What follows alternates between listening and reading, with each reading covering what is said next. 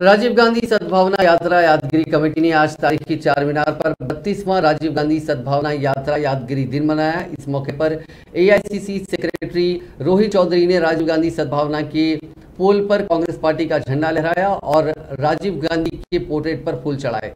उन्होंने राजीव गांधी ने 1990 में आज के दिन ही चारमीनार पर पार्टी परचम लहराया था और जुड़वा शहर हैदराबाद और सिकंदराबाद में अपनी सद्भावना यात्रा का आगाज किया था। राजीव गांधी सद्भावना यात्रा यादगिरी कमेटी उस दिन को राजीव गांधी सद्भावना यात्रा दिवस के तौर पर मनाती आ रही है और हर साल एक नामवर शख्सियत को सद्भावना अवार्ड से नवाजती है।